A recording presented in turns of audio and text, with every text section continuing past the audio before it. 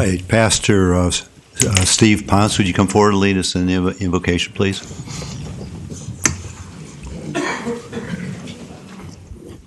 Good evening.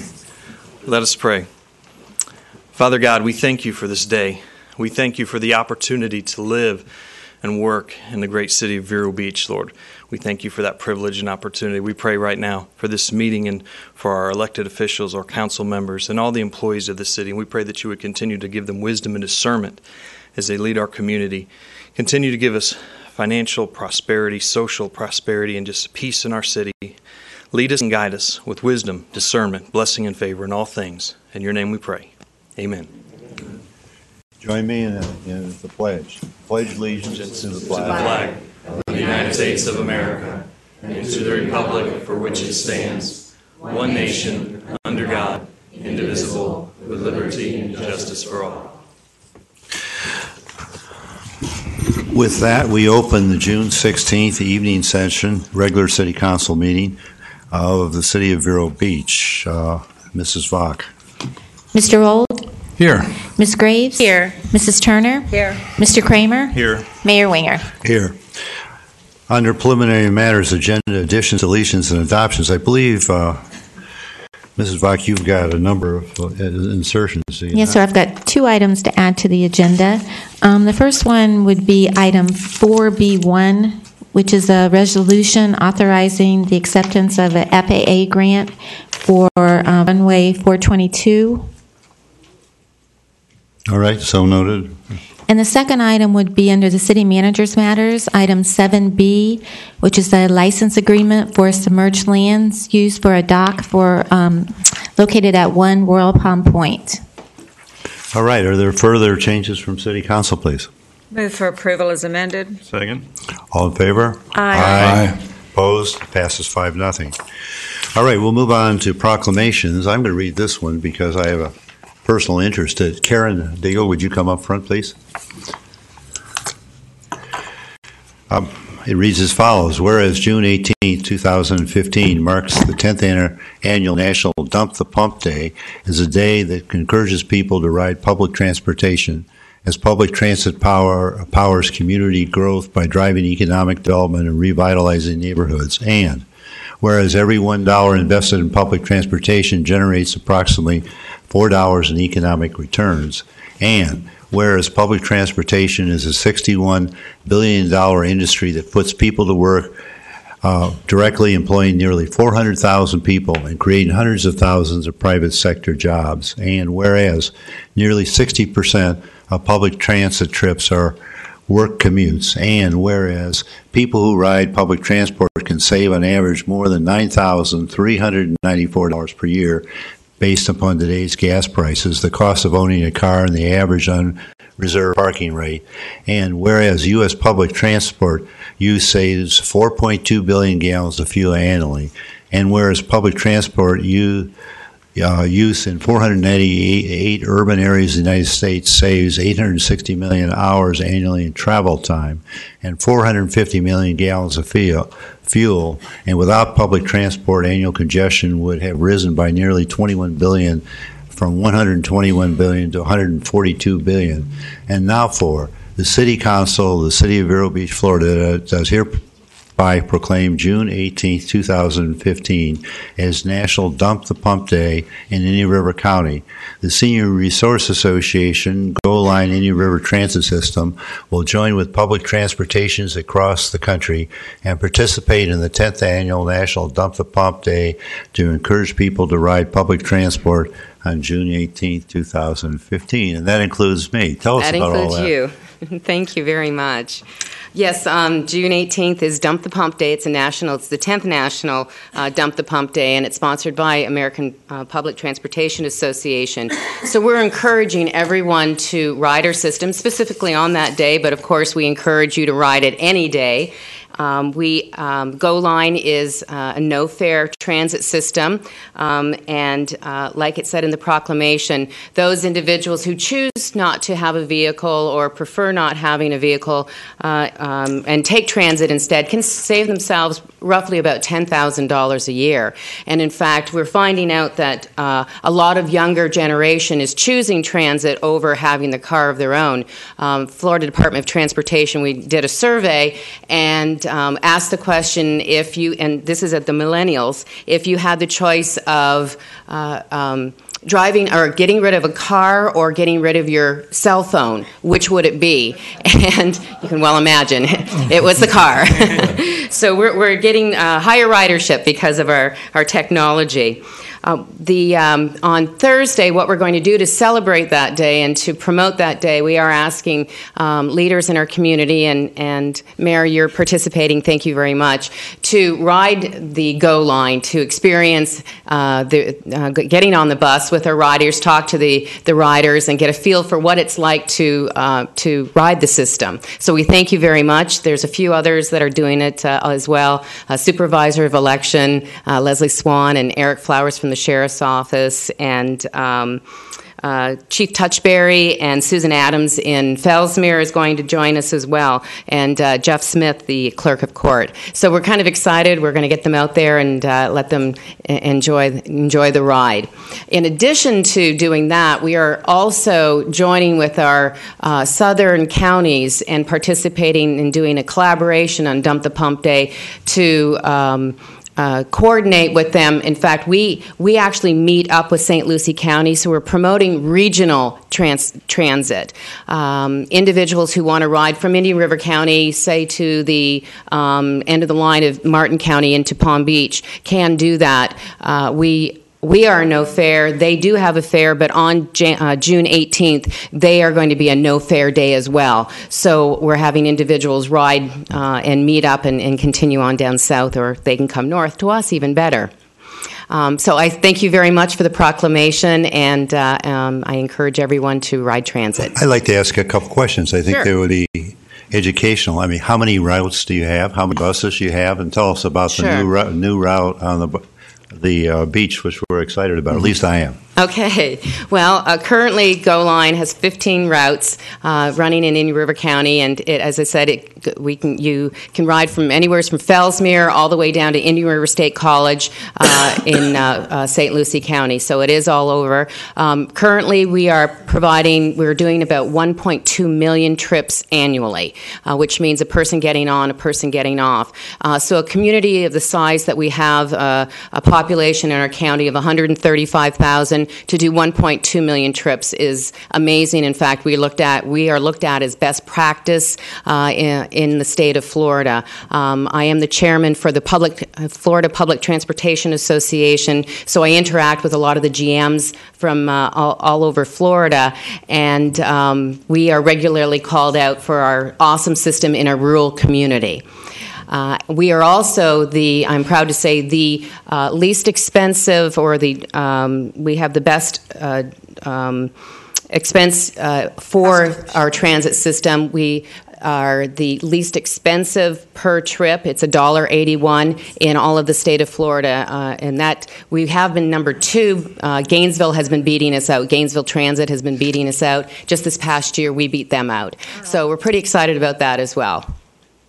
And we have Tell us about the beach thing, too. Right, okay. And we do have about 55 buses, because we also run the paratransit system community coach, too. Yes, exciting news. As of July 1st, we are going to have the beachside circulator start.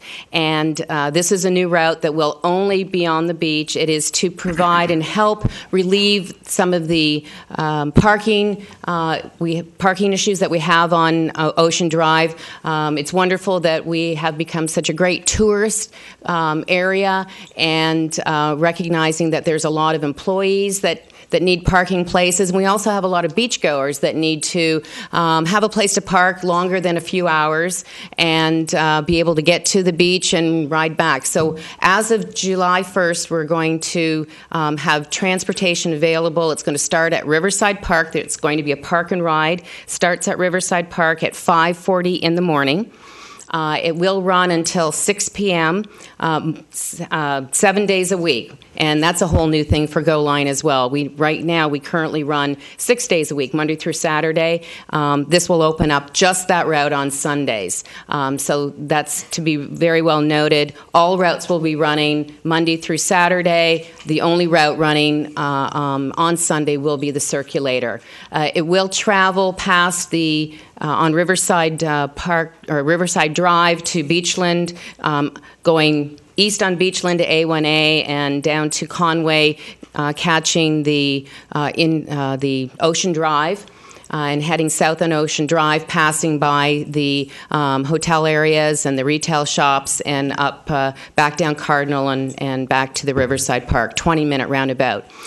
The best part about this route, very, very special route, is that Vero Beach Hotel and Spa has stepped up to provide the match dollars. As most everyone knows, when you are using public funding from state or federal dollars, you always have to have a local match dollar to be able to use those grants. Florida Department of Transportation was great in when I went to Tallahassee and explained our situation here. They did find a grant specifically for this. It's a commuter assistance grant, but it did need the 25% match, and Vero Beach Hotel and Spa has come up with that match. It's $40,000 for this year. It will be $40,000 every year. It is an annual match that will have to be met, but they agreed to come up with those dollars, so we need to be very thankful to Vero Beach Hotel and Spa for doing that. They recognize they have a lot of employees that you are using parking along the Ocean Drive, and because of that, that's one of the reasons why we have parking issues, and so they graciously have said, yes, we need to step up and help make the community a better place to live. So we're all excited about this public-private partnership. You ought to be very proud. The whole system is really running well, and your ridership is way up, and costs are down. It's terrific. Really is. You ought to be proud of it. I am very proud. Yeah. Thank you very much. Mrs. Turner, do you have something? You looked like a minute ago. Oh, I think Ms. Deagle covered it at the beginning. In the MPO meeting, they were certainly touting the efficiency of the system, and that all the ratings for the transit system were all excellent, yes, which I think is outstanding. Thank you. Congratulations, and thank you so much for all your efforts in obtaining the grant and in finding a private sponsor to help us have this best service for the Ocean Drive. I appreciate it. We'll come up and get the award. Okay. Before you, just a comment I'd like to make. Number one is that she also provides a bus system and service for the Art Walk, which has relieved a lot of congestion on 14th Avenue, where we pick up from the parking lot across from Jetson during season. The second thing is this Go Line, the route that we're doing on the beach, will connect 3 of our major parks, Riverside, the J.C. Park, and also Humison Park, as well as going through Sexton Plaza. So it really is going to provide quite a commuter for the city facilities in that area. Should we be doing something special to recognize the matcher? Yeah. Should we write a letter to them, or should we? I don't know. I think it would be very appropriate for the mayor to send you to the Vero Beach. Okay, we'll certainly do that. Yeah. It's good suggestion. Great. We'll I was remiss in Karen. saying thank you for bringing that up. Although we're having the parking ride at Riverside Park, which is going to be behind the tennis courts, we're allotting a number of parking, and it will be noted. The parking or the Go Line signs are usually rectangle. If you've ever looked at a bus stop, our bus stop signs are rectangle. This particular circulator route will be a circle. And it is Route 16. I call it Suite 16. And the park and ride area will also have the circular on it as well. There will be parking available by Conway Mango, where the JC Beach is. We're going to also we're also going to designate parking in that area, and signage will be there too for that. So 2 different areas for our employees and beachgoers to park. All right. Okay.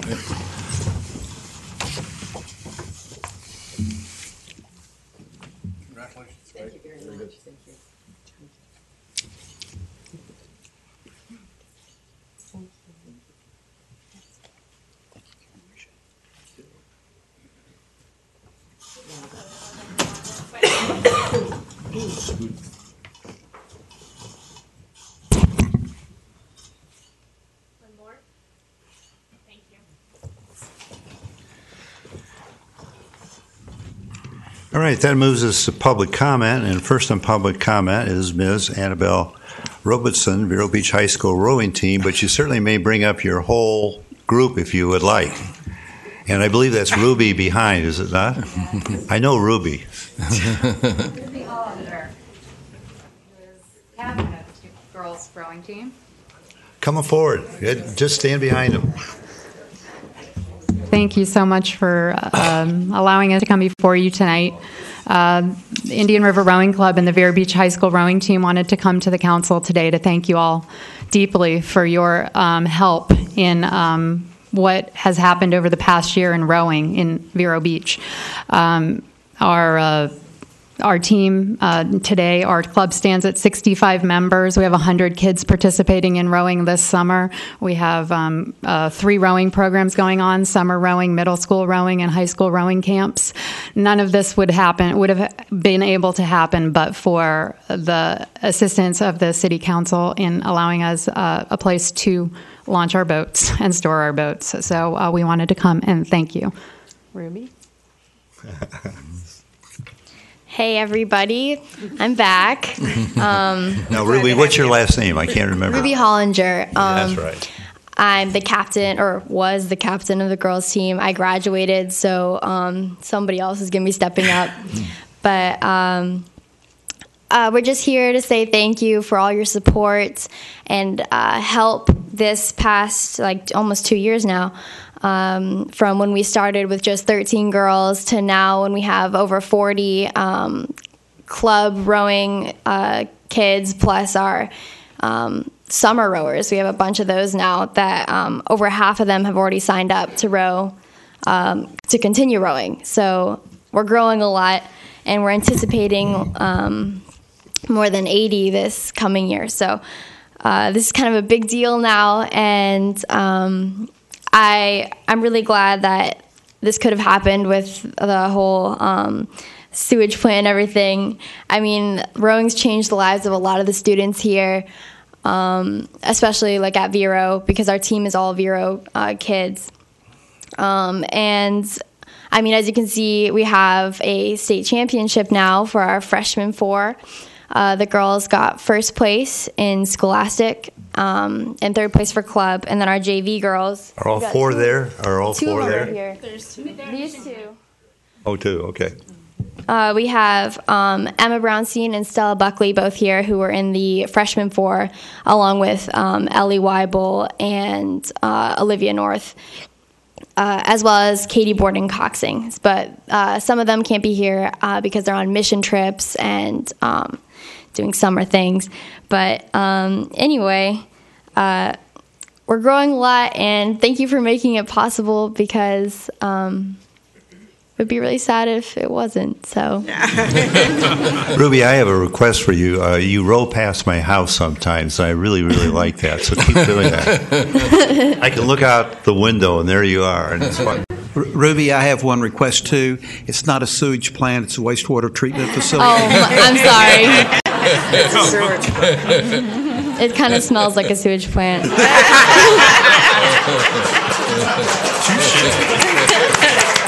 But we're really appreciative of the opportunity to use it. And it's opportunities like for people like Ruby, who's heading off to Notre Dame in the fall, and the other kids that are, the opportunity for scholarships for women's rowing. It's a tremendous sport opportunity, and to have that available to students in our community is an amazing thing, as well as the 5 colleges that visited Vero Beach over the spring training season, as well as the Notre Dame alumni who came down to row here. So Vero, the rowing club and Vero Beach Rowing is doing an amazing thing, and we just wanted to make sure you guys knew how appreciative we were. And we applaud all your efforts. Yeah, your efforts are bigger than ours.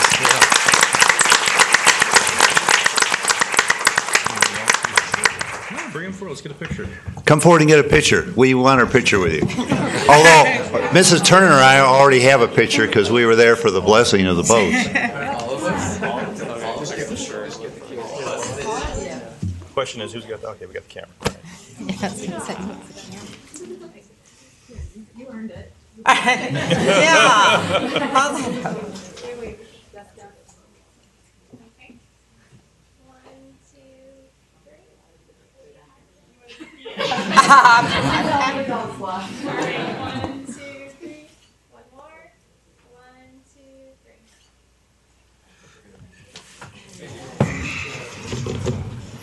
Great. Very good. Wow. All right, next on the agenda is the Vero Beach retailers to discuss parking on the beach side. I'm not quite sure who's, there you go, come forward, sir. I have a few other... Sure. Bring them forward, by all means. Nancy, whoever else from our association would like to come up. Good evening. I'd like to thank you all for allowing us this opportunity, and thank Mrs. Vaught for getting us on the agenda, and thank you, Mayor and Council people. My name is Caesar Mistretter, and I'm Caesar, if you don't mind, will you bring the speaker down? Oh, sure. I'm short. My name is Caesar Mistretter, and I'm co-owner of J.M. Stringer Gallery at 3465 Ocean Drive. And I'm also here. I'm here to represent myself as a concerned beachside retailer, but I'm also here to represent the newly formed Vero's Beachside Retailers Company, which was just incorporated on May 20th. The purpose of our newly formed organization is to represent the beachside retailers and their concerns. In less than 1 month, we already have 21 members, and we expect a lot more beachside retailers to join. We can certainly provide you with a list if that's necessary or important. The reason why we established this group was primarily propelled by the very serious parking problem, and of course, part of that answer is already with us, and we're thrilled about that, that each and every retailer on the beachside faces. The main reason, however, for the lack of customer parking spaces is due to the fact that the major hotels and many of the restaurants do not have adequate parking available for their employees, and they're told to park on the streets. This, in our opinion, has caused a very negative effect on our businesses, as our customers cannot find parking, and many have expressed that after going around 3 times, they give up and they go somewhere else. Several of us tonight would like to be heard, and I will allow my associates to say a few words as well. We're thrilled and pleased and very thankful that GO Line has started this shuttle, that will be starting the shuttle service on July 1st. And we cannot thank GO Line, everyone involved, the OBA, and certainly the Vero Beach Hotel for what they've done. However, we firmly believe that in order for this to work, there has to be some type of enforcement. We know that the Vero Beach Hotel is going to enforce it. They came up with the funds. They've been extremely cooperative. However, frankly, a lot of the other restaurants and the hotels don't even answer calls at parking sessions and just ignore this. And frankly, it really has had a very serious effect on our business. So we leave it up to first of all, we don't understand how the hotels and these restaurants even got a CO in the first place if they weren't able to prove that they had proper parking. I mean, you take a hotel like the Vero Beach Hotel, they have something like 80 to 100 employees, and they're told none of them can park in their facility. So that really has hurt us, and we leave it up to the good counsel of the city council to try to come up. We feel that there should be an ordinance of some type of enforcement. We don't know what that is, whether it's fines to the hotels and the restaurants if they don't adhere to some type of procedure with their employees, or maybe it's a fine to the guilty party that's parking. I know this is all very difficult, but we're looking for some suggestions and possibilities of a solution from the council. And that's really our major concern today. We have many other agendas, but that is the most important. The other thing that we wanted to get done, but again, thanks to the city manager, Mr. O'Connor, and the OBA, our request for a certain amount of spots to be marked customer parking on the actual street, on the actual parking spot, is something that looks like it's going to happen. And it was something that we were hoping would happen, and we're very appreciative that it looks like it's going to. So that problem has been resolved. The other thing is that, frankly, we see very little police enforcement. I mean, my gallery is right across from the Vero Beach Hotel, and I have to tell you, it's very frustrating to every few hours to go out there and see 2 employees come together and just switch spots. They get away with the 3-hour rule by doing this, and they're there for the entire 8-hour shift. This is off-season, and right now, well, maybe not now, but a few hours ago, if you came to my gallery, there's not 1 spot available, and this is off-season. So frankly, we feel that there's a lack of police enforcement. We don't see the traffic police coming around marking the cars very often. I think they were there once today, and it's a long day. So again, we ask for some type of suggestion as far as enforcement, and if I can, I'd like to allow some of my other people to talk. Thank you so much for the opportunity. By all means. My name is Melinda Cooper, and I have Cooper & Company, which I've had for 28 years on Ocean Drive. This last season was probably one of our worst customer complaint seasons that I've ever had. And I would propose to the City Council to think about some type of an ordinance that would penalize the employees if they cannot park on premises of any of the businesses, to be forced, maybe that's a harsh word, but to use the shuttle that's being provided by our great community and keep our restaurants and hotels and retail boutiques to the high end that we are of Vero Beach. If we can't support our customers with parking, then we can't support our businesses. If the individuals that are not using the GO Bus were to be fined, and the businesses that they work for would be fined at a higher rate than $20 or whatever, to make them utilize this system that you've been so graciously given by Mr. Heaton or the Vero Beach Hotel. And in my theory of what would help us as retailers is that we get an ordinance enforcing the parking on not just Ocean Drive, but the side streets and Cardinal Drive, making it beachside parking. Thank you. And who else would like to comment? I'm Nancy Cook, and I own the Twig Shop, and I guess it's been 52 years. But we're seeing a change in the pressures on that small commercial area. And I agree with all the ones that have already been mentioned, and really appreciate the GO line. Going to have a circular route to help us with some of the employee parking. And beachgoer parking is another thing that probably hasn't been emphasized enough. We have a serious problem with people coming to the Central Beach, to Ocean Drive, Cardinal Drive, Azalea Lane, Bougainvillea, and they park all day and go to the beach all day, because I don't think there's any enforcement of adult beverage laws, and I think that the debris on the beach will speak for itself. That's another issue. That's some of the areas that we need to address, because if you look around the state and you see the recreational areas that are trying to merge successfully with commercial areas. Beach going is free. Parking for being a customer in a store brings money and revenue, tax revenue, and income for your stores. It keeps the quality of the type of stores that you have in line with what we're used to here. And there will be something in those stores, but if we can't maintain the quality of the character that was developed there and that we've enjoyed all these years, I think it affects not only us as retailers, but it affects the whole community. It affects the people who come here and buy second or third homes, and the real estate values, because that little jewel is something that's unique and something that is very much appreciated when people visit our community. So those are some of the things that we want to address, and we don't want to just talk about. We want to make some progress in the area of maintaining, with little decisions and big decisions, the character of that commercial area. So that's the purpose of the Retailer Association. We are not in opposition to the OBA at all. We are just representing strictly our own interest as retailers. Thank you. Thank you. All right. Any comments, Jim? Or Thank you. Thank you all. Yes, we are continuing to try to address, I think Cesar was at the last OBA meeting, and the OBA has sort of taken a lead on this. We have done considerable amount of work there. The signage change that we've done. We started the Saturday enforcement primarily during season of the police enforcement, and there were several citations given, especially in the first few Saturdays of that.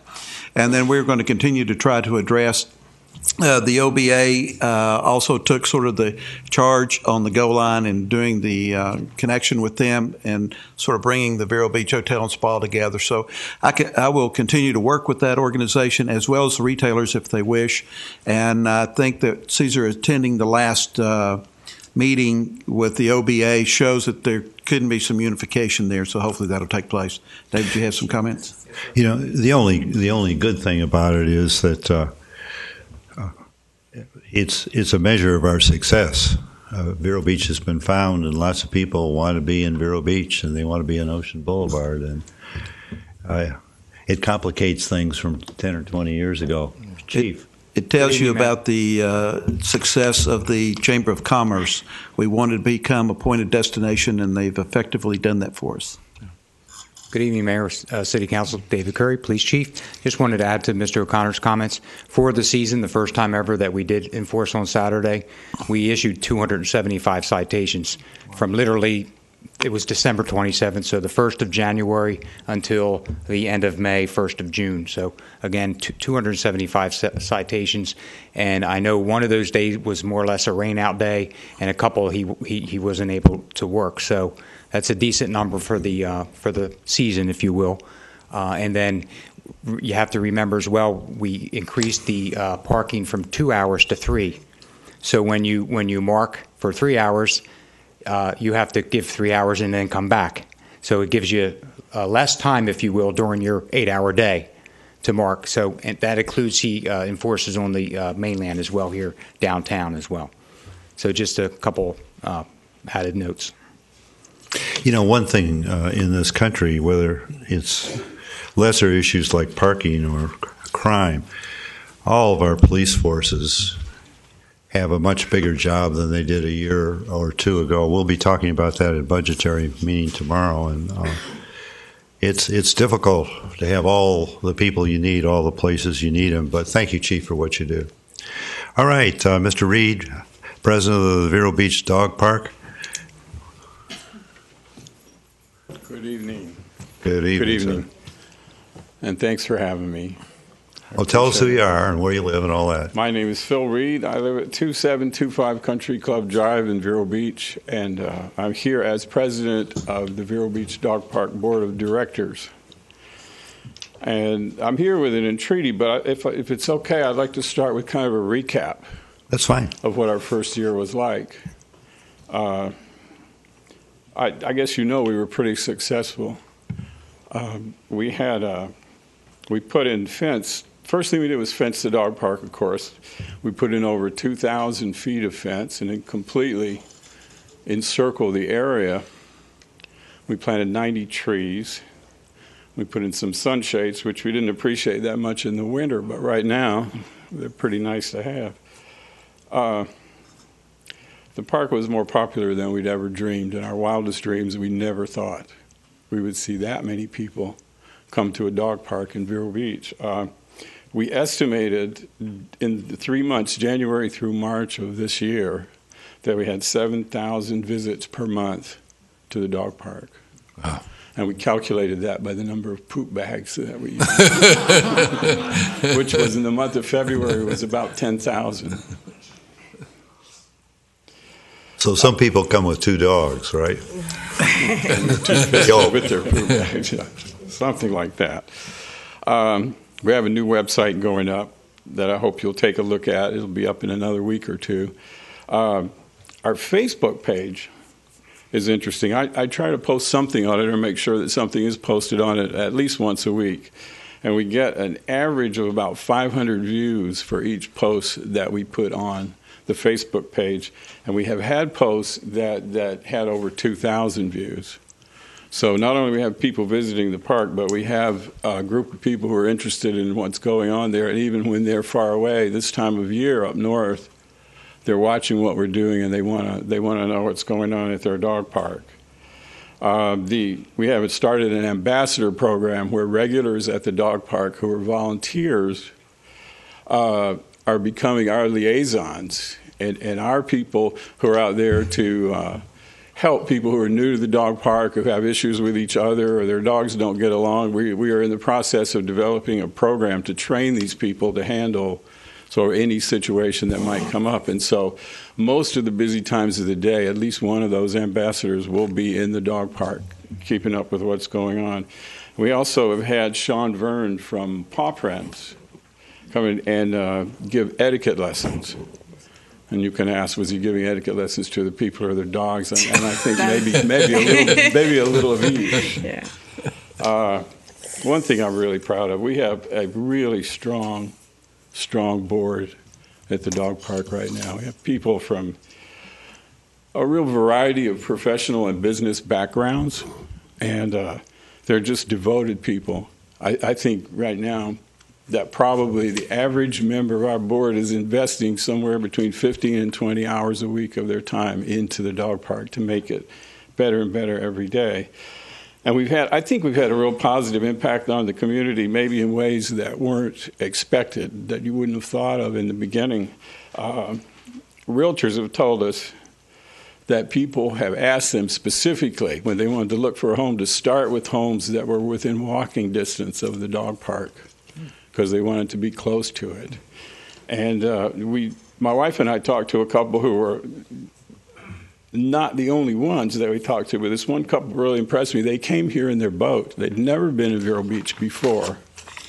And they stayed 3 weeks, and before they left, they'd bought a home, and this next winter they're moving here. And they said that their first step toward looking at the community was the dog park. And they said the dog park was so nice, and the people were so nice who were there, that they decided to rent a car and start looking around, and before they knew what happened, they bought a home, and now they're going to live here. So that brings me to why I'm here before you tonight. We're planning our one-year anniversary celebration. I'm sure you remember last November we had our grand opening, and we're going to have an annual sort of celebration of that, and we're going to start this November 15th. And we want this to be our big annual fundraiser, this November event every year. And so this year we would like to have what we would call a Bow Wow Brew Fest, which would be, part of it would be, of course, it would be music and vendors and festivities of every kind, but we'd also like for it to be a beer tasting event. And to be able to do that, we need your permission and your blessing to do that. So I'm here to ask you for that tonight. Well, do we need anything other than general consensus, or does someone in council object, or do we need paperwork? What do we need? Well, they're in possession of the property, but the problem is they are to abide by all park rules. So I would say probably, unless you want them to fill out an application through recreation, in this case where they're in possession, probably just your permission. And I would go ahead and vote on it. And, of course, hear from the public first. Okay. Is anyone opposed to this in the public? I have a few questions. Go ahead with your questions. Yes, by all means, Ms. Turner. You'll be having this event on November the 15th. Can you tell us what kind of time frame for the neighbors? I assume if we're having music and other things, just to make sure that we're not causing a disturbance for them. From about 1 in the afternoon until possibly 6 in the evening. You know, it won't go past dark, and of course, dark's early that time of year. Thank you. Well, I didn't see it didn't appear there was any public comment. Don't think there is. I'll close public comment. Does someone want to make a motion then? I move we allow them to serve beer in the park for the November 15th event. Second. Just as a question under discussion, if I remember right, the lease that they have doesn't allow them to do these kind of events. Do we just make an exception for this?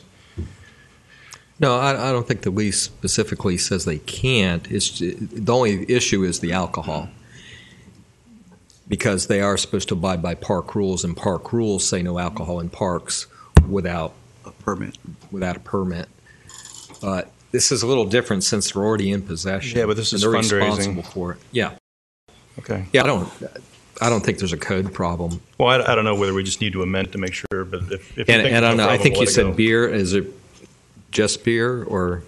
Just beer is what I heard. I don't know if Mr. Reed has. If you want to expand it to include wine, that would be fine. But at this point, that's not our plan. Just beer. Let's. Okay. Easier that way. Okay. We have a motion and a second. All in favor? Aye. Opposed? It passes 5-0. Thank you very much. See you November 15th. All right, Mr. Reed. All right, Sue.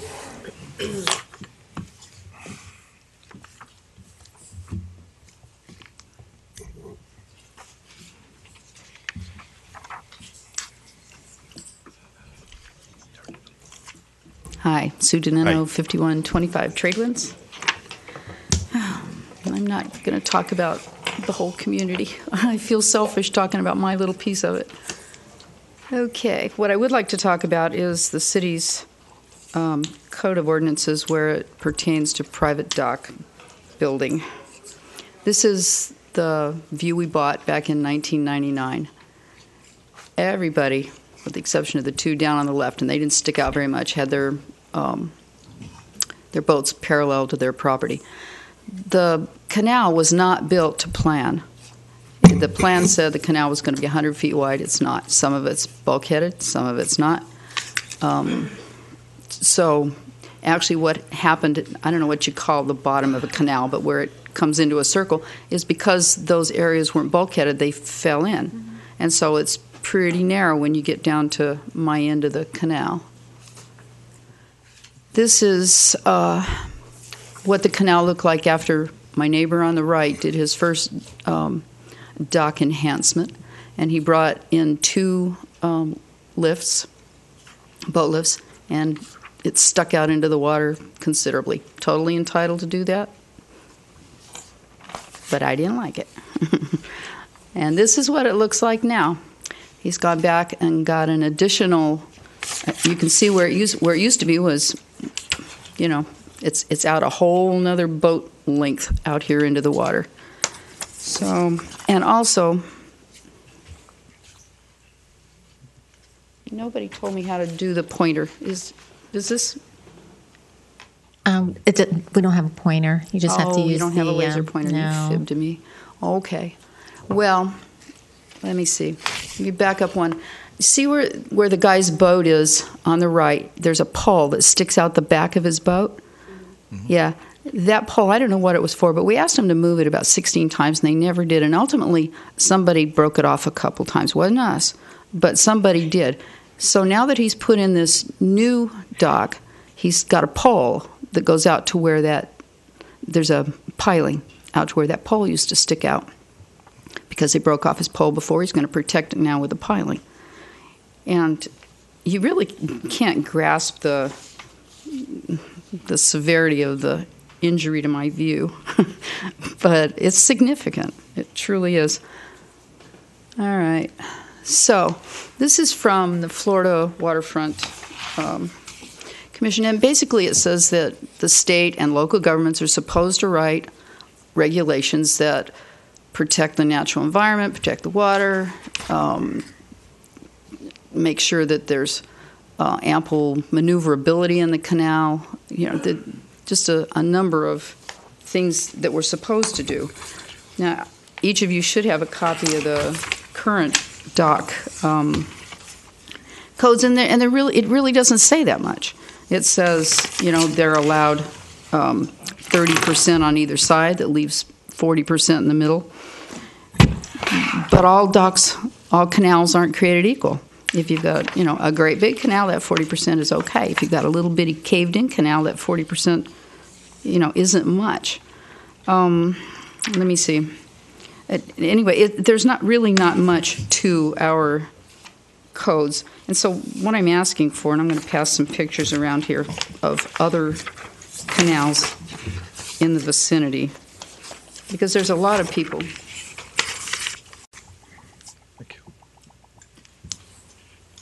That have the same kind of issue that we have. So in my opinion, this is my first PowerPoint presentation, so I apologize for the difference in font size. I totally didn't know what I was doing. But in my opinion, there are some deficiencies to our current code. It doesn't provide for any protection of neighboring rights. They're not required to tell your neighbors that you're going to build a dock. They're not required to keep any new building in character with the existing environment.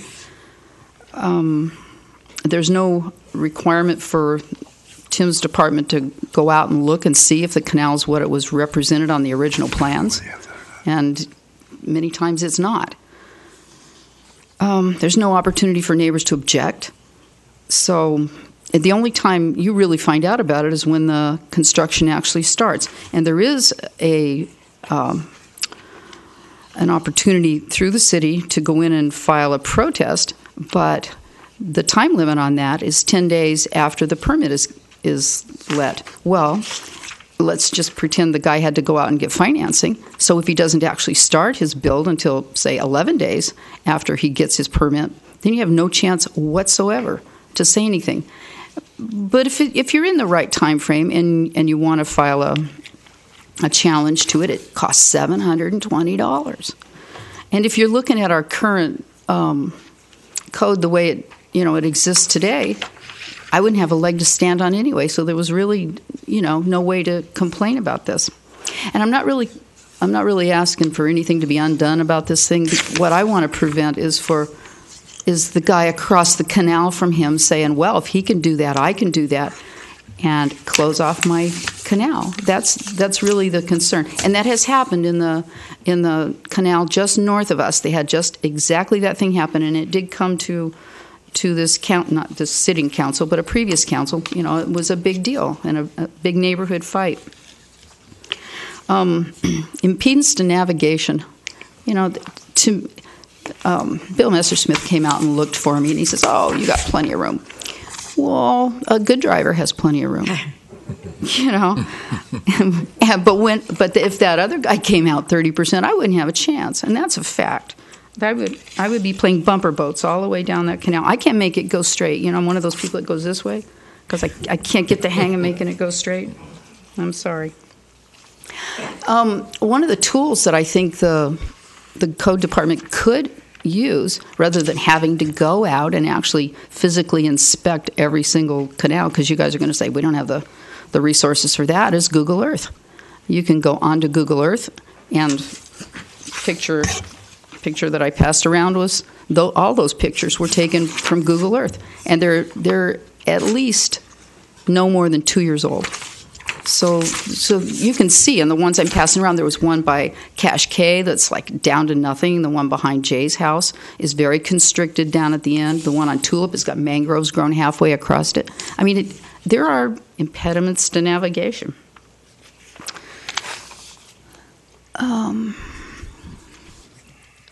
Okay, this is just a little bit of what the Department of Environmental Protection says. I called them about this particular dock, and they said, well, we did give them permission to do something 2 years ago. And I said, well, they did that, but now they've done more.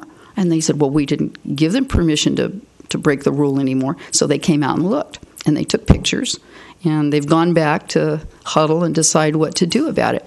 But it's like, I'm sorry, I'm the neighborhood rebel rouser, but it's my view. My retirement dream just went just like that. Anyway, it says, that you have to have the important thing that, and I failed to put it on here, the important thing that I wanted to say that their requirements are is you have to have half an inch between the boards of the dock so that the seagrasses get some light.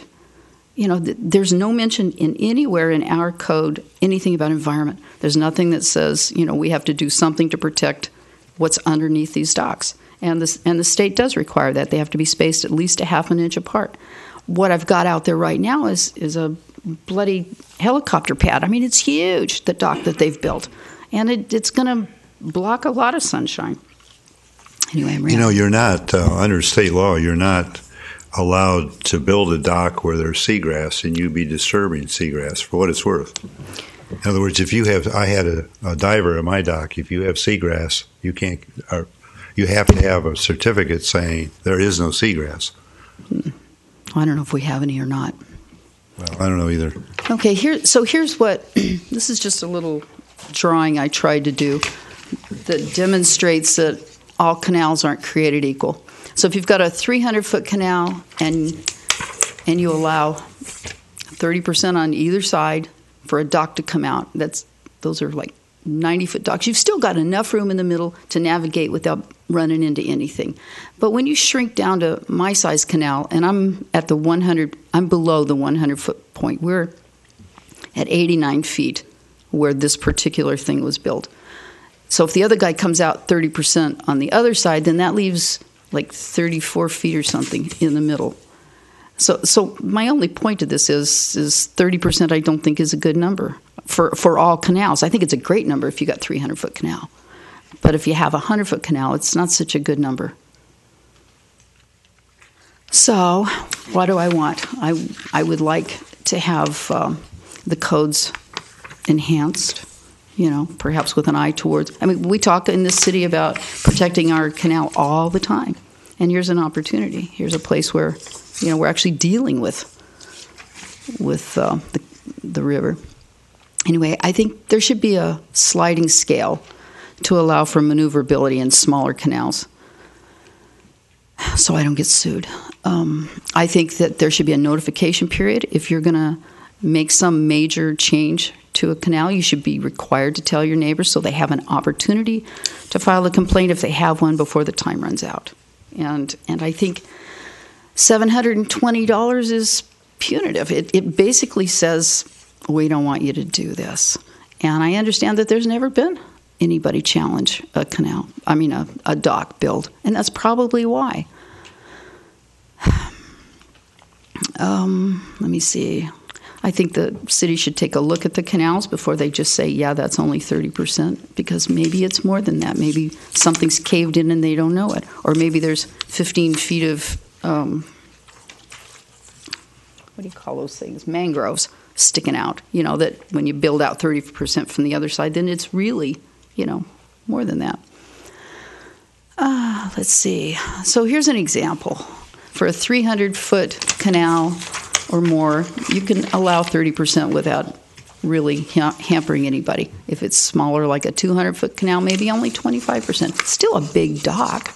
That's still 50 feet. That's plenty dock for anybody, isn't it? And for 100 feet, maybe only 20%. And some canals, and there are 50-foot canals in this town, there are smaller canals than that. You bring something out 30% in one of those 30-foot canals and you're screwed. So maybe only 15%. Uh-oh, where's my other picture?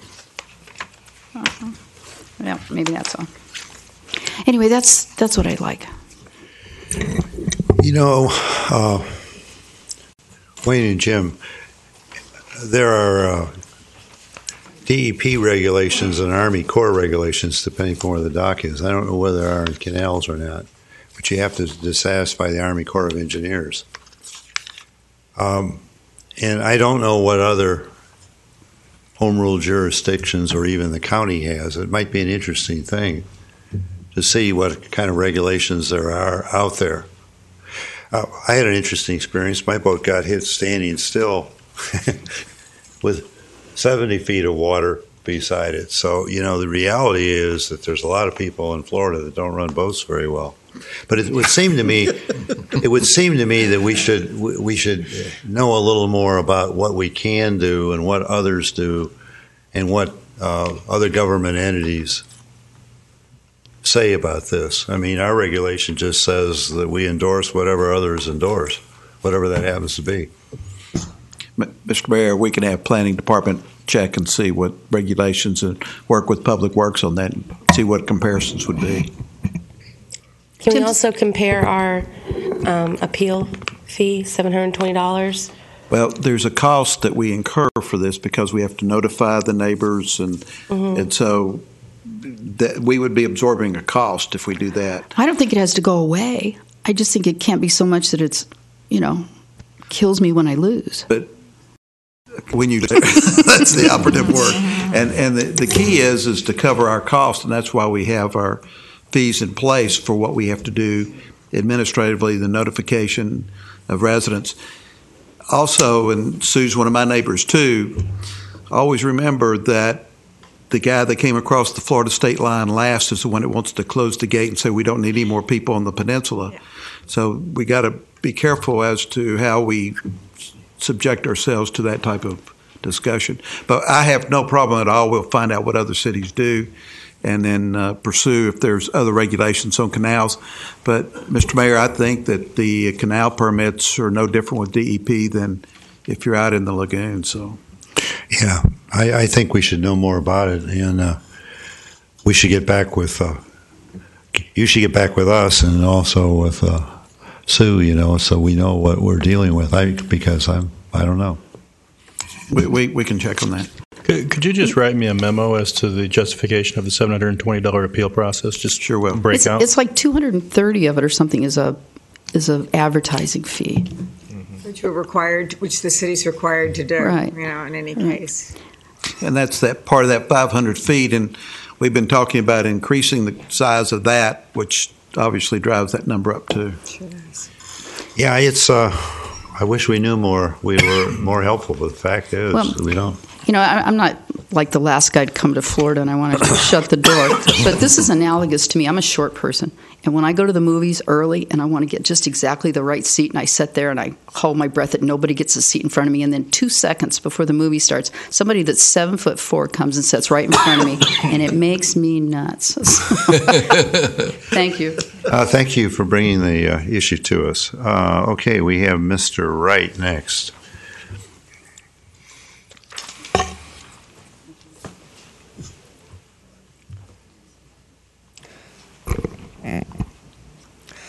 Good evening, Mr. Mayor, council members, citizens. Glad to be back, as always.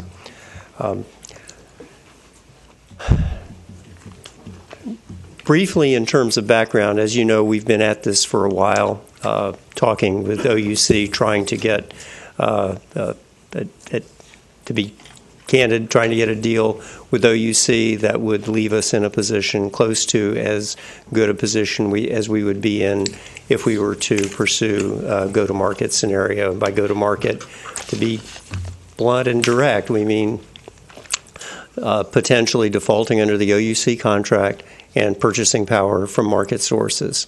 We had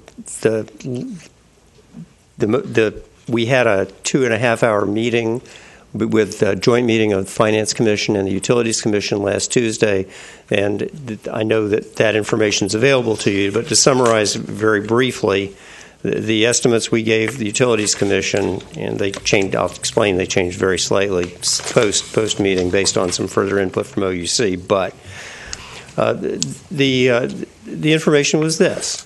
If we stick with the present base case scenario, which has its own hair on it, but the base case scenario is stick with the existing OUC contract and keep Big Blue operating, and that's the hair. Would cost us a bit over $1 billion nominal dollars from now through 2029 when the existing OUC PPA ends. Present value is about $778 million. If we took OUC's best offer based on their November 25th offer, which was improved. And I want to add, as I've said many times, they've been very cooperative throughout this entire process. It's been a very good working relationship. We just wind up with some dollars difference between us. But if we took their offer, it would be $889 million nominal, $660 million present value. Best information, if we were to go to market, would be about $856 million nominal, $635 million net present value, leaving us a differential of about $25 million net present value and $33 or $34 million nominal dollars, which is what really is paid in each year of the study period. After the meeting, just so you know, after the meeting last week, we had further conversations with OUC, and they told us that we had misunderstood some of their proposals, even though we'd honestly talked about them with them several times. But regardless, Mr. Harrington reran the numbers. Instead of $25 million, it's $20.4 million.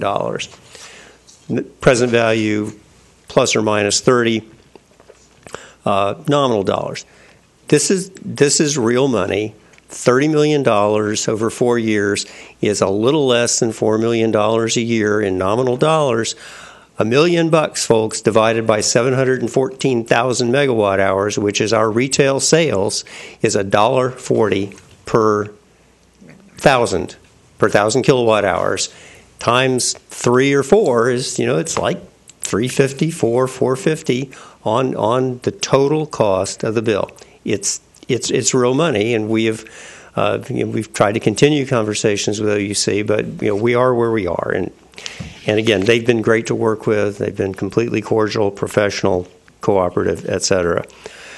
But with this backdrop, and with a 2.5-hour wide-ranging discussion with the Finance Commission and the Utilities Commission Tuesday of last week. The Finance Commission, we presented the recommendation that we issue an RFP to test the market, to determine what the market is, and go back to OUC after we have those numbers and see where we get. And if we don't get where we need to get, then we would make the next, you, that is, would make the next decision. Finance voted 4-0 to issue the RFP to determine the market. Utilities voted 7-0 to issue the RFP with the proviso that the RFP be issued within 4 weeks after council votes tonight, assuming that you vote to ratify the recommendation of your staff, us, and also the unanimous recommendations of both your Finance and Utilities Commissions. So you'll know what the schedule would be. We had meetings today, and I've been almost daily contact with Mr. Harrington, who is drafting the RFP.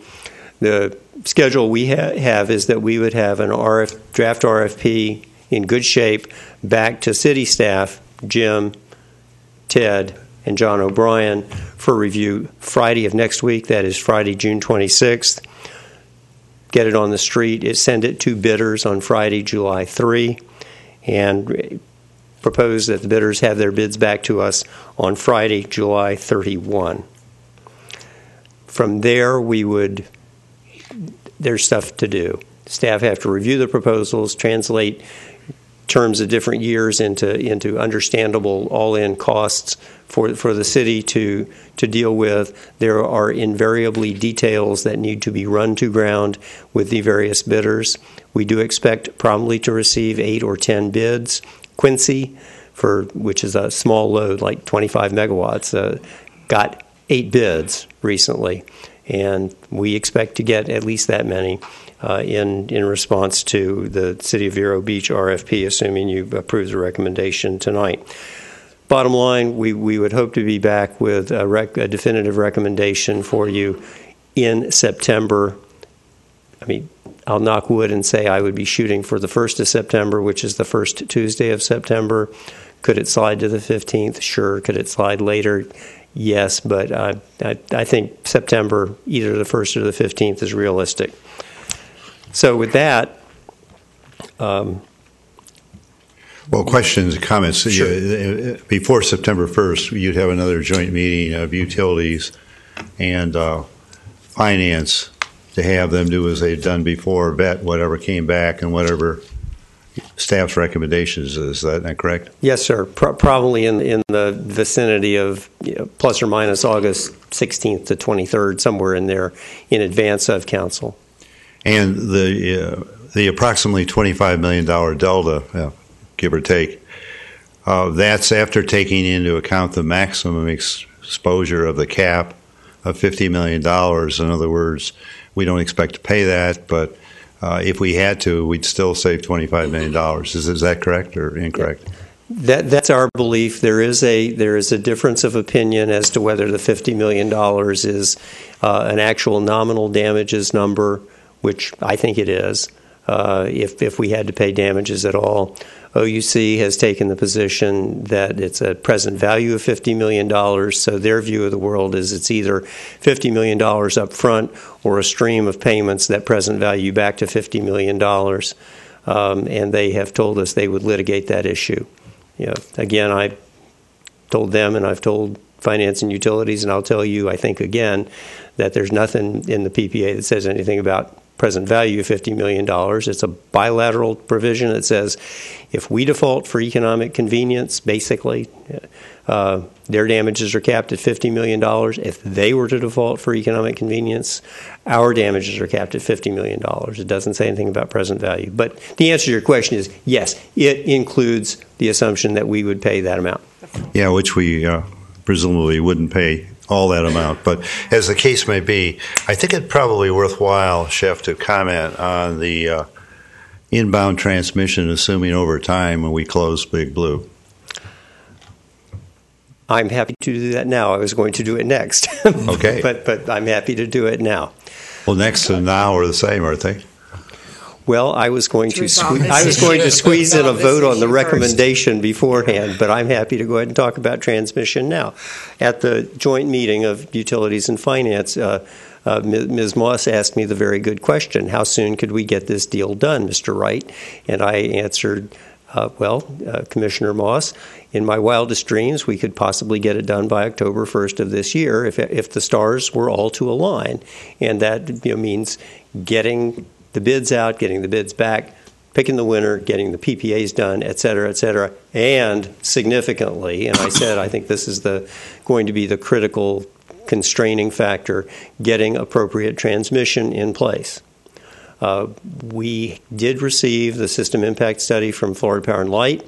It does identify a number of overloads that would require some mitigation factors, mitigation activities on FPL's system, including the acceleration in time of a couple of transformers.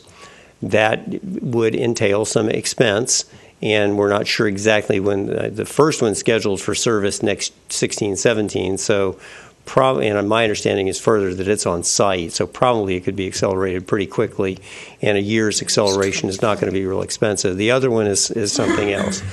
There are other workarounds, and we had staff meetings today with Mr. Fletcher, Mr. Harrington, Mr. O'Connor, myself, to talk about this. There are other potential workarounds. One of those is to keep running just the combustion turbine unit, CT, Unit 5, at the plant. That can be run with very minimal staffing. I mean, certainly, low six figures on an annual basis as compared to the $4 million to keep the whole of Big Blue running. That's an option. It's 38 megawatts, and it would relieve all the overloads identified by FPL until other facilities could be in place. There's also other potential routes of getting peaking capacity from a different direction rather than from the OUC control area into FPL for delivery to Vero. We would evaluate all these options. So that's not something that stops us from moving ahead, which is really where I was going.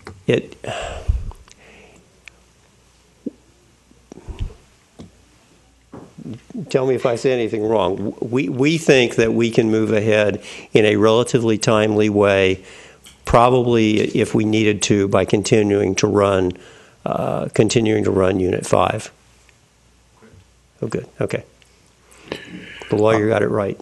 I think before we vote on it, we should have public comment, and I also think that the public should understand that no matter what we do, there's risk, and there's no perfect decision. And I personally believe, and like Chef and like Bill Arrington, I was trained as an economist long ago. I've probably forgotten most of it. But I personally believe that the market is softer than the projections we have, that we may indeed do better. But there's nothing to say that we won't do worse than $25 million. I believe there's more upside than there is down, and I believe personally the responsibility of this body of 5 people is to find the best deal we can and pass it on to the ratepayers. But I think it's important to understand that crossing over that bridge tonight entails some risk. Well, we will certainly reserve the right to reject all bids, so we could see, I will say tentative indications are that OUC would stand by their November 25th offer. I think it's also important to sort of look back on some of the issues that happened before. I think you during the Finance and Utilities Commission described very very succinctly what happened in 2008, and in 2008 there were some decisions made that seemed like the brightest things in the world, and now what we're doing is we're making decisions also that could go the other way, but we're trying to make them shorter so that we can get out of them or take less risk going forward. And if you could just elucidate a little bit about that. Sure. Just briefly back to 2008. That was a really good contract. My understanding, and this is hearsay to me, but from people who were around, is that the city was very concerned about having a long-term reliable supply. The price of natural gas was not quite skyrocketing, but it was heading upward on a solid trajectory from $7.50 in January of 2008 through $9 in April of 2008 when we signed the contract to $13.50 in June of 2008. And then the world changed. The economy went south. The commodities markets went south, including gas and oil. Oil went from, $144 to $52 or something like that in less than a year. Natural gas went from $13.50 down to, $4 in less than a year, down to less than $3, down to the low $2s for a period of time, and it still hovers in the high $2s or around $3. The contract is simply underwater. It was a good decision at the time, and things changed. There are risks. If the price of gas stays where it looks like it's going to stay, then this is a good decision. Long term, my best, and I think I talked about this at Finance and Utilities,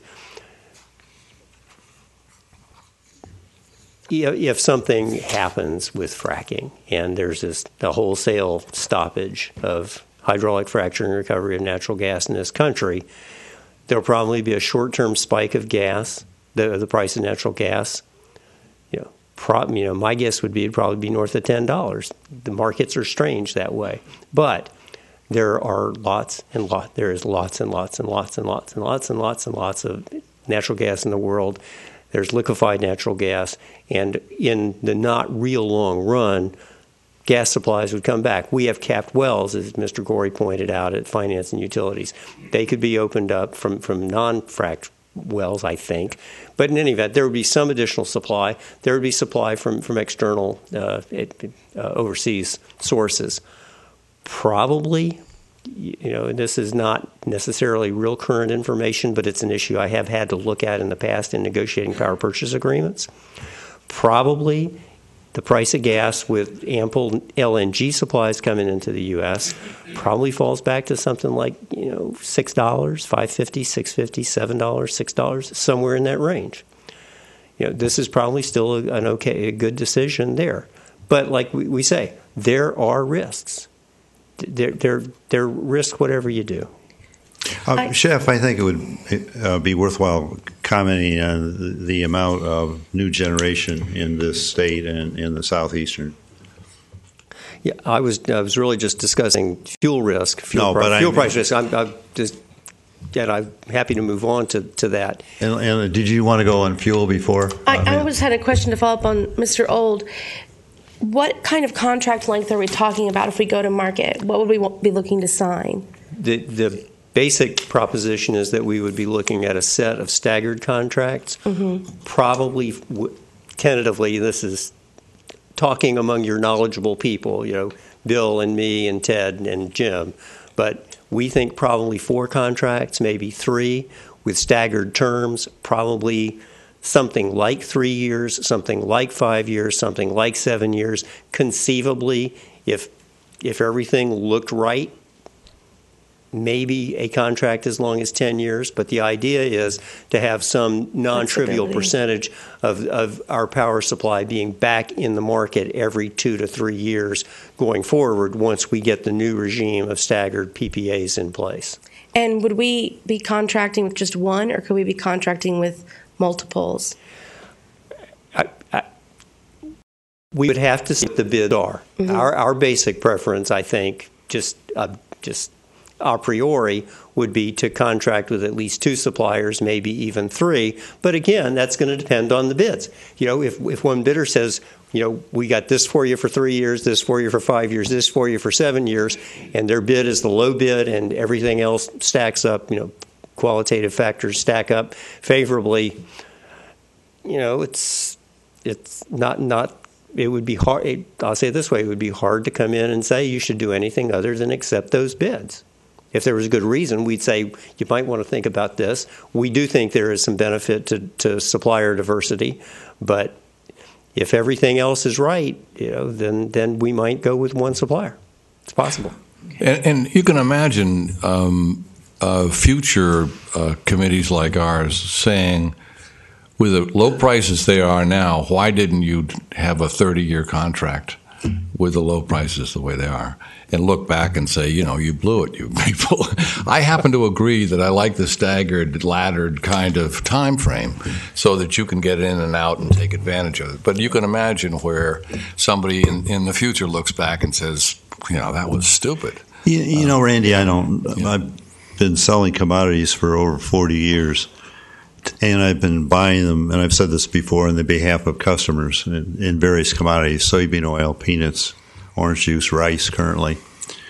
And what I've found is if you're right with the market, you're okay. Where you get in trouble is if there's somebody around you or you're buying for your customers at too high a marketplace.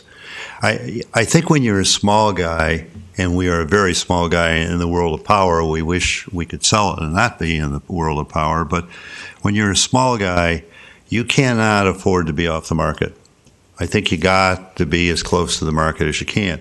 I personally believe we're going to be looking at the next 6, 7, or 8 years at a very favorable market, both on the acquisition of fuel and the question I asked Chef a minute ago. There's lots of generation coming into play, and there's the need of some of the major generators to actually have wholesale customers like us.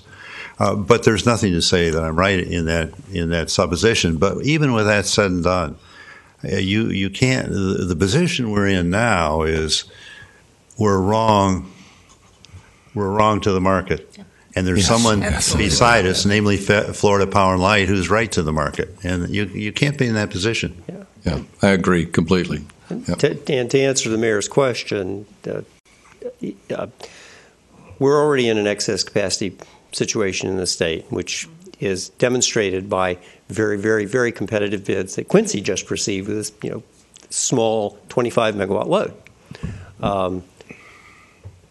FPL is bringing on 1,600 megawatts next year at Port Everglades. They're planning to bring on another 1,600 plus megawatts in 2019 in Okeechobee. I think they've got another big combined cycle scheduled for 2021 or 2022. Duke's bringing on 1,640 megawatts in 2018 at their new Citrus County plant. And load growth is coming back, but not at old-time rates, not 3%, not 4%. I mean, it's percent, 1.2, 1.3, 0.7, 0.6. Growth is soft. Consumers, I think, are still somewhat shy from the recession even. So I think just thinking about the market, looking at the objective facts of the existing capacity state in Florida, and looking at the new, very efficient fleet that's being brought online of 6,000 megawatts over the next 6 years, 7 years, 6 years. All that militates towards soft capacity prices. Could things change? Sure. Could demand go crazy? Sure. Could we have a huge influx or population growth that we don't see? Could people, everybody get an electric car and start using more and more juice? Sure. But the objective facts really seem to indicate a soft capacity price market for the next several years. Further comments from council, and then we should open it to public comment, I think, because we are going to vote. Okay. Well, the only thing that I can say over the last several years is that options have value, and getting stuck into these long-term contracts really, at the moment, probably sounded like a good idea. But as fast as the markets change in the energy sector, eventually it's your turn to pay the piper on a long-term contract. This idea of staggering, I remember, I guess it was almost 4 years ago, just talking to the guys there at Winter Park that do this. And I watched the way they manage that, and I thought, this is what Vero Beach needs. So, I mean, it's a long time coming. I think if we can get into this staggering, we might not be the best, but we'll definitely not be the worst. And I think having a good handle on our power prices is a real good thing. Public comment. Is there any that would like to come forward? This is your chance. Don't wait a year.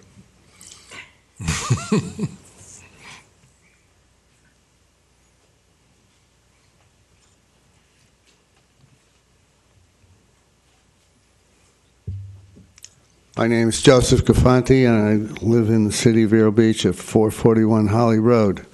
About 45 minutes ago, a horse raced up in Pennsylvania. I didn't come to you people and ask you to engage in a little speculation, ask for your $2 to put on it. I don't want you to speculate with my tax dollars or my power bills. What happened years ago cost the city and FMPA or LUC a whole ton of money because they were on the wrong side of the contract. And I appreciate it if you wouldn't speculate again with my money. Thank you. Thanks for your comment. Further public comment? Seeing none, I'll close public comment. So what you need is a motion authorizing staff working with council to put an RFP out on the street for the power, X amount of power. How much power? Where X is equal to our total requirements minus our FMPA entitlements. So I will put a motion forward authorizing the city manager with the assistance of council to put an RFP out for our total needs of power less the power that we're committed to. Second. May I add the caveat that the Finance Commission or Utility Commission added that it be done in 4 weeks, Mr. Mayor, please? You may indeed. Thank you. If I may, I'd like to have the caveat that they do it as soon as they can. I mean, I would hate the idea of thinking that it's got to come back around to approve the actual RFP language and the document. No, sir. We will proceed as rapidly as possible. We just want to make sure we don't make any mistakes in the process. But I think the chef gave you the timeline. We hope to have it on the streets by the 4th of July. Yeah, correct. Friday, July 3 is the planned issuance date for the RFP. Which is great. I just wanted to continue to encourage that. Thank you. I think we should probably have a roll call on that, shouldn't we, Mrs. Bach? I mean, it's a Okay. Mr. Roll? $1 million decision. Yes. Ms. Graves? Yes. Mrs. Turner? Yes. Mr. Kramer? Yes. Mayor Winger? Yes. Passes 5-0. Did we second that? Yes, Mr. Kramer did. Okay, thank you. She seconded. What else? Is there any other you can entertain us with, or? Yes, sir. But I'm happy to answer questions first. Yeah, if you don't, Mr. I have some questions about the. This is the elimination of the power plan and the study that we got back from FPL. Yes. And it said that Vero's got to evaluate implementing some modifications in the system that we would have to do. Do we have any idea the extent of those, costs of those? And I guess I'll address this to you and to Mr. O'Connor. I think a lot of it is capacitors at the substation for our distribution is what we're initially getting at. But we're going to be having some more meetings with FP&L, and Bill will be meeting, and Ted with the folks from FP&L and really get it more defined. Okay, we don't have those details as of yet. Okay. Correct, and we I don't think I'll be at these meetings. I think this is going to be FPL, Ted, and Bill.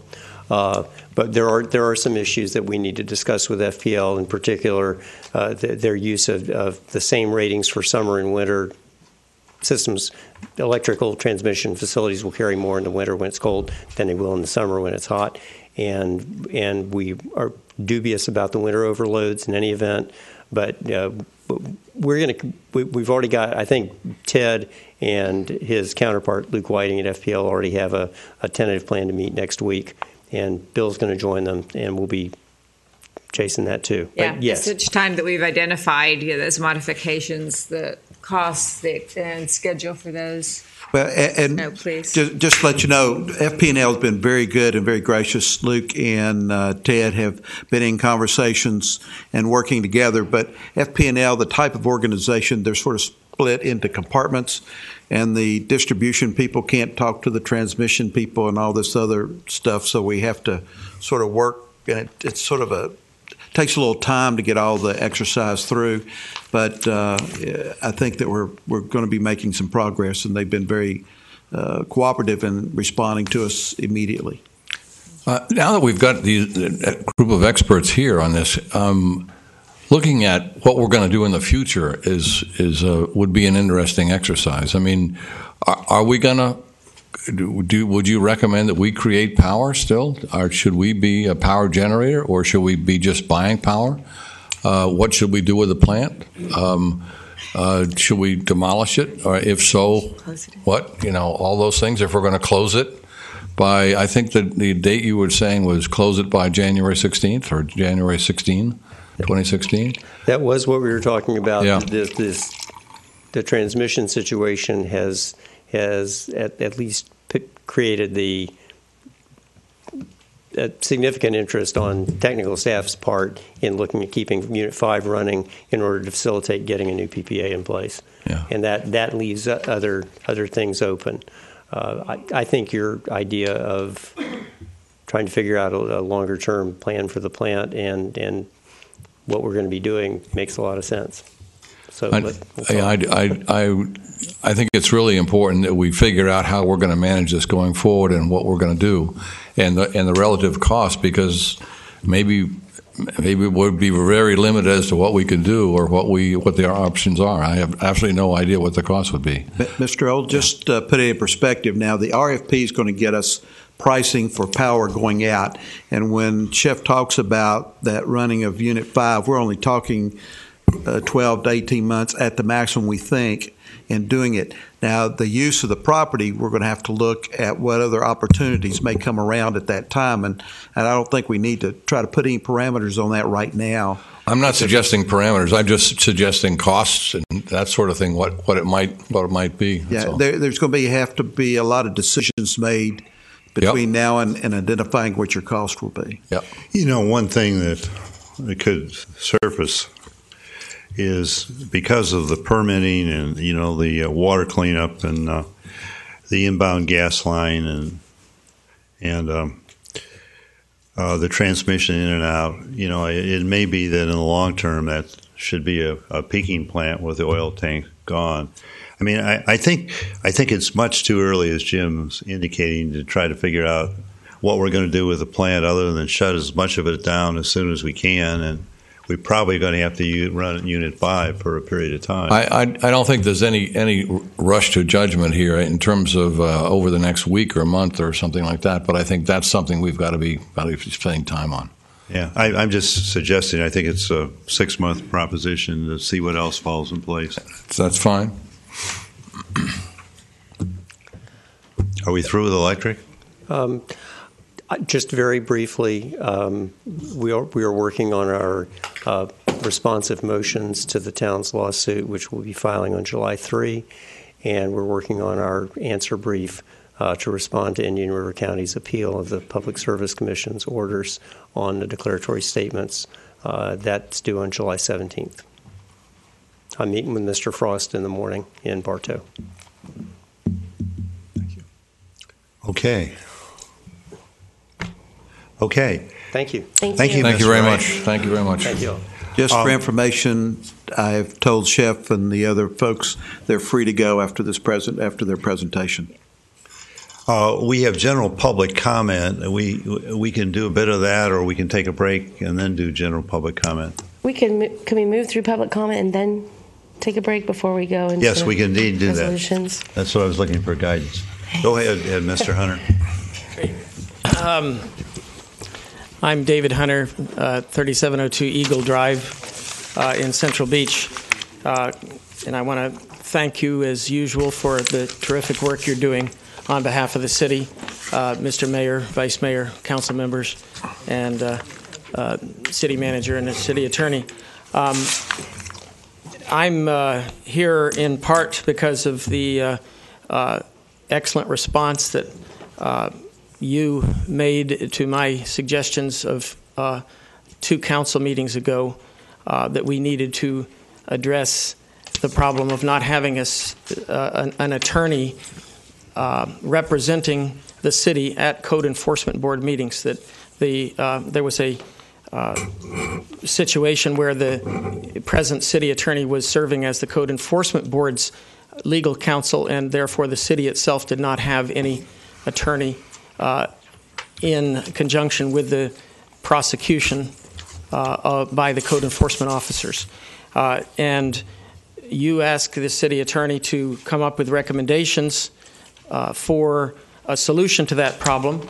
And Mr. Comment has come up with a fairly comprehensive list of options that was given to you, I think, on the 8th. And hopefully all of you have had a chance to review. And of those options, I would like to suggest that his suggestion number 4, which is to have a city manager hire a outside counsel to serve on the code enforcement board and advise the code enforcement board, would be the best option available with Mr. Comment, or if we have a case such as the Fitz case ongoing, using Mr. Frost as the city's counsel in those code enforcement board hearings. That would be a recommended possibility. Obviously, it's up to you to decide which of Mr. Comment's options are available to you and which fit best. But at least I think that would be a good workable option. It's only $260 per code enforcement board hearing to hire somebody to sit on the code enforcement board and advise the board on how it should proceed, which is essentially a regulatory matter. It's not an issue of the cases at hand in front of this of the board. And what we need is somebody who can handle the cases in front of the board and defend and present evidence and cross-examine witnesses. We have to keep in mind that the accused, who is called a violator, alleged violator, has the right to be represented by an attorney and to present evidence and witnesses. So that's essentially a trial. And if we don't have anybody as a legal representative on our side to cross-examine the witnesses and to challenge the evidence and to make demands that the conduct of the hearing be correct, then we're outgunned. So that's my encouragement to you, that we need to have somebody representing the city as legal counsel. And it's up to you to decide which one of those options you want to pursue. The other thing, since I noticed that Mr. Comment has proposed a legislative first presentation of an ordinance to relating to the code enforcement, amending certain sections. I did happen to browse through that, and I wanted to make a couple of comments on that very briefly. I am very encouraged by the fact that the city is proposing to not grant a time to correct violation in the case of a violator who is a repeat violator. In other words, if they've been violating, there's no need to give them time to correct their violation. They should know by the time they've already done it once or twice that that's not permitted. So that's a good option. I think that's an improvement in the regulations. But what it does concern me is the fact that the city attorney has proposed to void an existing section, section 2-305, parentheses C, D, which essentially is our protection to have superiority of claims on lien law in the case that a violator does not pay his lien. Does not pay his fine. If he doesn't pay his fine, it's put in as a lien and it's registered as a debt that is owed against the property. If we don't have a superiority of lien law, then the situation could exist where we would never collect on the debt that is owed to us. And in fact, the violation that we're fining, we never see any money. And I'll use an example. I'm going to pass this out to you if I have the permission. Yeah, you have our permission, and if you repeat the paragraph and page number again, it would be appreciated. I will. Please pass that around. I don't have enough for you guys, but I'll give you one. But Wayne, I am going to ask you to explain that, because I know we talked about that. Yeah, we'll be discussing this later. In due order. Okay. Yeah, that's what I thought. I'm just going to front load this. I'm not going to be around for the whole thing, but I'd like to at least you promise? Yeah, I promise. I promise. I'll give you a break. But this is the Jupiter code, and the Jupiter code specifically specifies that a lien shall be superior to mortgages and other instruments recorded subsequent to filing, and also it says in the Jupiter Code that the town may foreclose the lien at a time in a manner of mortgage loans are foreclosed. Such liens shall be superior to all other liens except liens for taxes. So if we are, for some reason, going to wipe out our superiority of lien clause, that disadvantages us in the ability to force payment. And I would be very careful about that unless this Supreme Court of Florida case has established a precedent for all councils of all municipalities.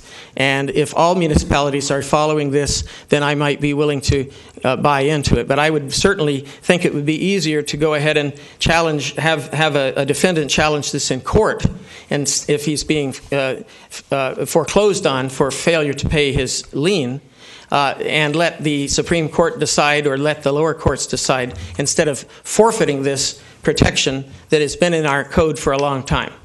Which paragraph is it, please? In our code, it's section 2-305 parentheses D. And that's the section that has been stricken in the proposed modification of our code. Mr. Mayor, it's page 15 of 17 of 5B. Right. Thank you. So anyway, you can explore that with Mr. Comment and see if it's necessary. I don't like waving a white flag until I've already been defeated. So my principle is if we don't have to give up this protection and this advantageous situation until it is lost in a court, then let's not write it out of the code right now. But that's up to better minds than mine to decide.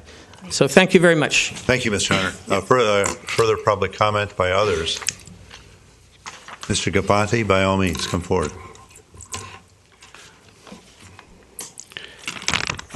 I'm going to refer to an article that I read in 32963 about a conversation that the author of the article had with the mayor. And it was about the partial sale of the utilities to the shores, Indian River shores. And the mayor was concerned about stranded costs, that he was opposed to. This is what I read in the paper. That's all I know is what I read. And he's concerned about the stranded costs. And the stranded costs are a liability that the city of Vero Beach has. For those people who don't know, it's a liability that's, well, I'll get to that in a second. There are two implications here about concern for the stranded costs. In the future, they indicate that there's going to be higher power bills. It's something that everybody knows is coming, but the city council or most members don't want to talk about that. And the second thing is that there's an implication that somehow the customers are responsible for the shenanigans that went on in the city of Vero Beach and got us to where we are today. These are, as far as I know, they have a contract to, which I've never read, so I'm speculating here. They have a contract to buy power from us. And they don't have a contract with FMPA. So whatever we got involved with and whatever damage or exposure we have, the people of the shores and the county too, outside the city of Vero Beach, they don't have any horse in the race, as it were. They're not vulnerable, and they have no obligation to deal with the shenanigans that went on, the losses that we are suffering from. The people in Vero Beach hardly pay attention to the shenanigans that go on.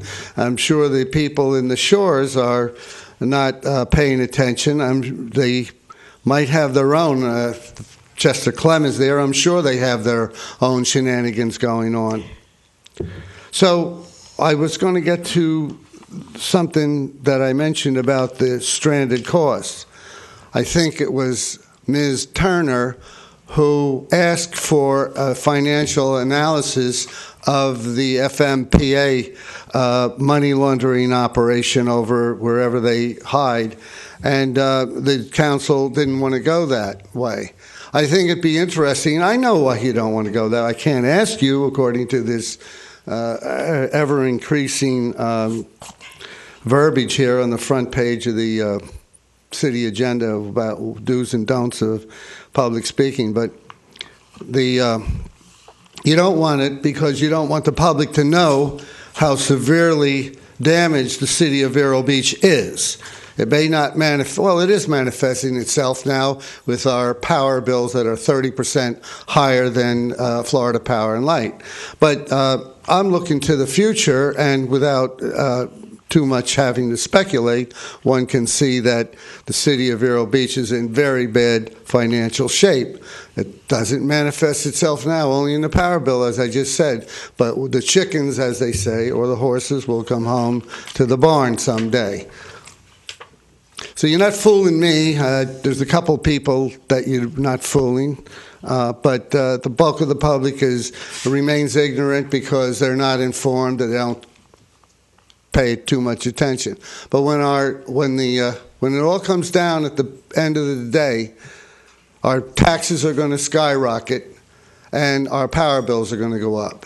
And by the way, just for the morons in the community who don't think I know what I'm talking about, 10 years ago or so, I said that the best thing that could happen with the power plant would be dismantled, dragged across the old new bridge, and dumped in the ocean and made an artificial reef.